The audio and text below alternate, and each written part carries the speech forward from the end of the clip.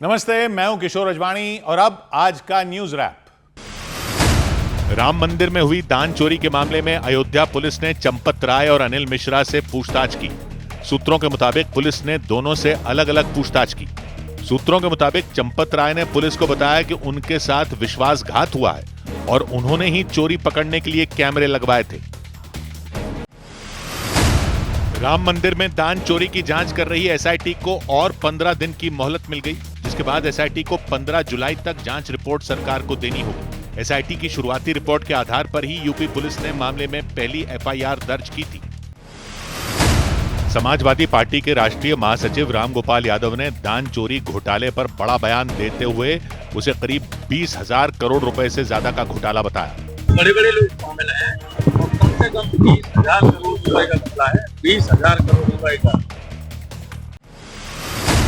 दिल्ली में इस बार सर्दी से पहले प्रदूषण पर रोक लगाने के लिए सरकार ने एक्शन प्लान तैयार कर लिया।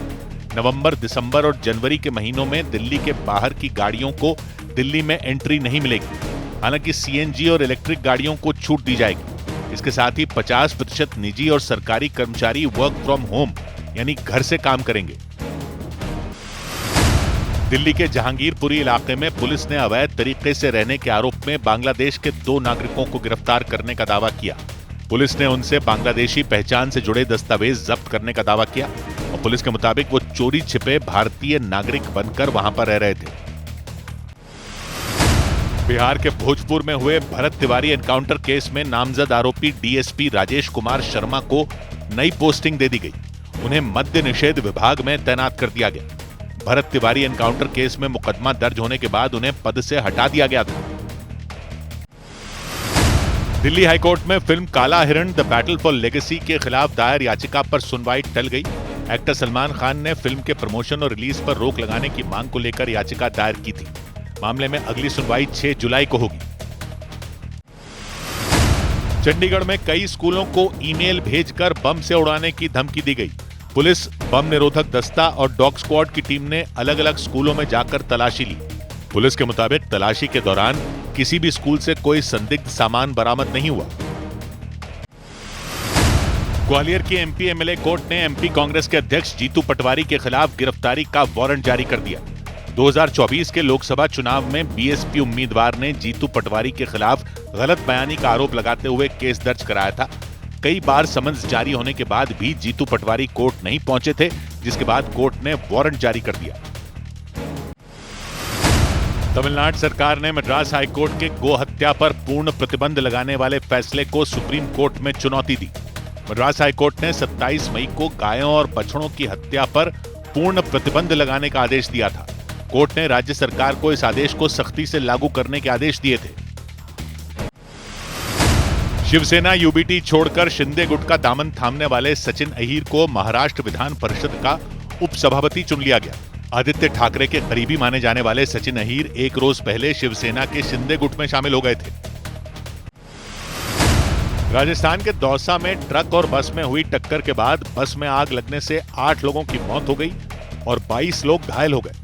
हादसा दिल्ली मुंबई एक्सप्रेसवे पर हुआ। बस हरिद्वार से इंदौर जा रही थी। हादसे के वक्त उसमें 39 यात्री सवार थे। पंजाब के बठिंडा में अमरनाथ यात्रा पर जा रहे 4 लोग सड़क हादसे का शिकार हो गए। चारों यात्रियों की कार की एक ट्रक से भीषण टक्कर हो गई। हादसे में कार में सवार 3 लोगों की मौत हो गई और एक गंभीर रूप से जख्मी हो गया। दिल्ली में पुलिस ने टिल्लू ताजपुरिया गैंग के शूटर संदीप उर्फ डागू महाराज और उसके एक रिश्तेदार को गिरफ्तार कर लिया। पुलिस के मुताबिक संदीप और उसके साथियों ने पिछले साल एक विवादित जमीन पर कब्जा करने के लिए फायरिंग की थी और फरार हो गए थे। संदीप पर फायरिंग और हत्या की कोशिश के आरोप में कई मामले दर्ज हैं। दिल्ली के उत्तम नगर इलाके में इलेक्ट्रॉनिक सामान के एक शोरूम में भीषण आग लग गई। खबरों के मुताबिक आग पहले बेसमेंट में लगी और देखते ही देखते पूरी इमारत में फैल गई। दमकल कर्मियों ने कड़ी मशक्कत के बाद आग पर काबू पाया। बिहार के मोतिहारी में महाकुर्की अभियान के तहत पुलिस ने फरार चल रहे 6 आरोपियों के घरों पर बुलडोजर चला दिया और उनके मकानों के अवैध हिस्सों को तोड़ दिया। पुलिस के मुताबिक इस कार्रवाई से घबराकर 2 आरोपियों ने सरेंडर कर दिया। राजस्थान के धौलपुर में कड़ी सुरक्षा के बीच डकैत जगन गुर्जर का अंतिम संस्कार कर दिया गया। इस दौरान बड़ी संख्या में गांव के लोग जमा हुए तो वहीं पुलिस के कई बड़े अधिकारी भी मौजूद रहे। कुछ दिन पहले अजमेर की जेल में जगन गुर्जर की हत्या कर दी गई थी।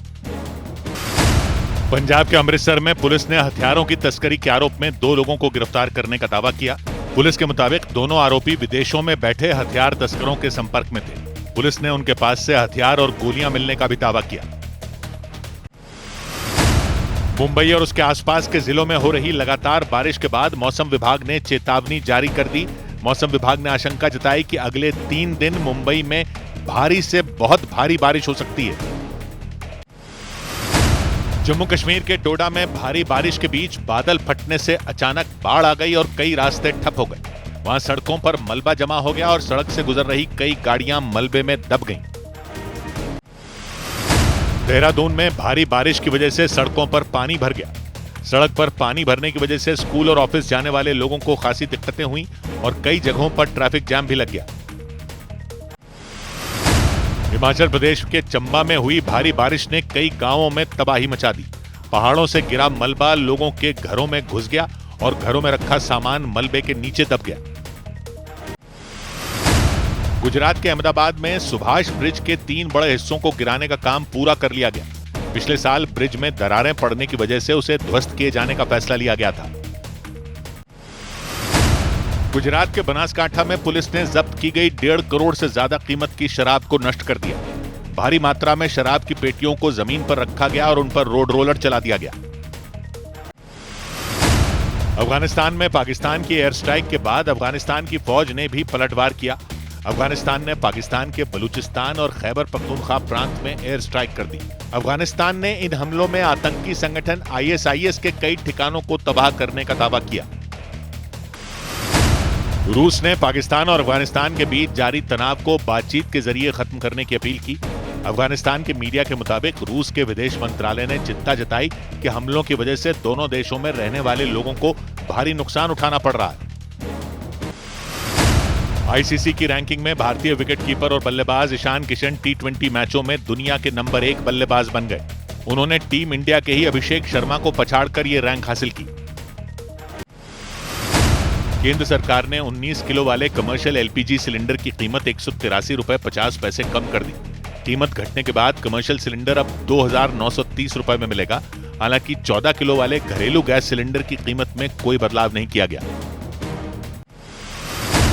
2 दिन की गिरावट के बाद शेयर बाजार में तेजी रही। सेंसेक्स और निफ्टी ने अच्छी बढ़त के साथ शुरुआत की। इंट्राडे में सेंसेक्स 600 अंक चढ़ा तो निफ्टी भी 24,000 के पार पहुंच गया। सेंसेक्स 443 अंकों की बढ़त के साथ 76,922 पर बंद हुआ, जबकि निफ्टी में भी 140 अंकों की बढ़त दर्ज की गई। केंद्र सरकार ने व्हाट्सएप के नए यूजर नेम फीचर की जांच करने की तैयारी कर ली। 1 रोज पहले ही व्हाट्सएप ने यूजर नेम वाले फीचर को लॉन्च किया था।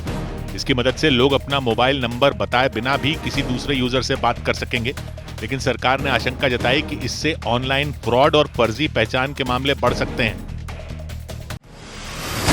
महाराष्ट्र के ठाणे जिला मध्यवर्ती सहकारी बैंक के चुनाव में महायुति के समर्थन वाले सहकार पैनल ने जीत हासिल कर ली। उसने 21 में 13 सीटें जीतकर विपक्षी दलों के समर्थन वाले परिवर्तन पैनल को हरा दिया। ये चुनाव सहकारी बैंक में बोर्ड ऑफ डायरेक्टर्स को चुनने के लिए कराया जाता है।